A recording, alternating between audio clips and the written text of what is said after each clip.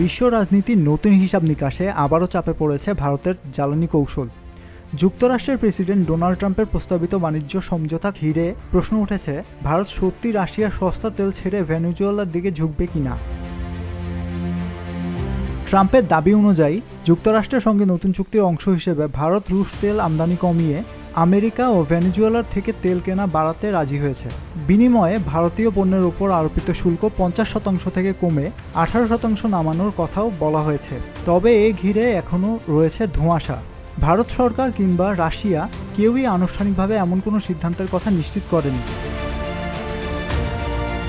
Ukraine যুদ্ধের পরে পশ্চিমা নিষেধাজ্ঞার সুযোগ নিয়ে ভারত ব্যাপক ছাড়ে রুশ তেল কিনতে শুরু করে।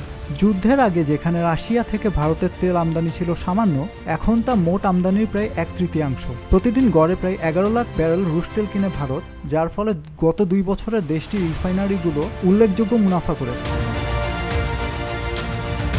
বিশেষজ্ঞদের মতে এই সস্তা সরবরাহ হঠাৎ বন্ধ হলে শুধু ভারতের নয়, বৈশ্বিক তেল বাজারেও বড় ধাক্কা লাগবে। দাম বাড়বে জ্বালানির, চাপ বাড়বে মূল্যস্ফীতিতে। ভারতের তেলমন্ত্রী আগে স্পষ্ট করে বলেছেন, রাশিয়াকে পুরোপুরি বাদ দিয়ে বিশ্ব তেল বাজার স্থিতিশীল রাখা বাস্তবসম্মত নয়। এদিকে ভারতের এক বড় রিফাইনারি নাইয়ারা এনার্জি রাশিয়ার মালিকানাধীন, যা মূলত রুশ তেলের উপরেই নির্ভরশীল। এই কাঠামোগত বাস্তবতা ভারতের জন্য হঠাৎ বিচ্ছিন্নতাকে কঠিন করে তুলেছে।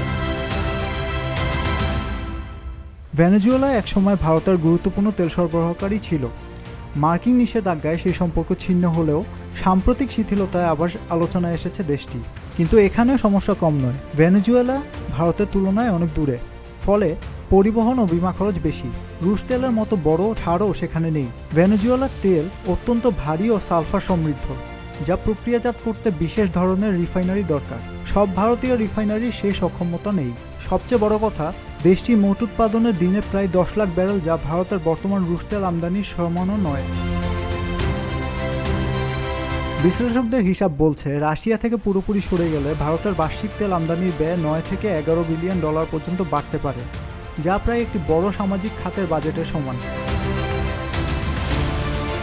ভারত ইতোমধ্যে মধ্যপ্রাচ্য, যুক্তরাষ্ট্র ও অন্যান্য ওপেক দেশ থেকে তেল আমদানি বাড়ানোর চেষ্টা করছে। যুক্তরাষ্ট্র থেকে আমদানিও আগের তুলনায় বেড়েছে। তবে ইউরোপীয় দেশগুলোর সঙ্গে প্রতিযোগিতা, বাজারের অস্থিরতা ও ভেনেজুয়েলার সীমাবদ্ধতা মিলিয়ে একক কোনো সহজ সমাধান নেই। ট্রাম্পের প্রস্তাব কূটনৈতিকভাবে আকর্ষণীয় হলেও বাস্তবতার মাটিতে দাঁড়িয়ে ভারতের সিদ্ধান্ত নেওয়া সহজ নয়।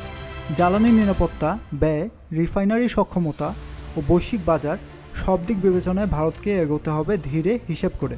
রাজনীতির সমীকরণ যতটা সরল, তেলের অঙ্ক ততটাই জটিল। সাকিব রশিদ, প্রতিদিনের বাংলাদেশ।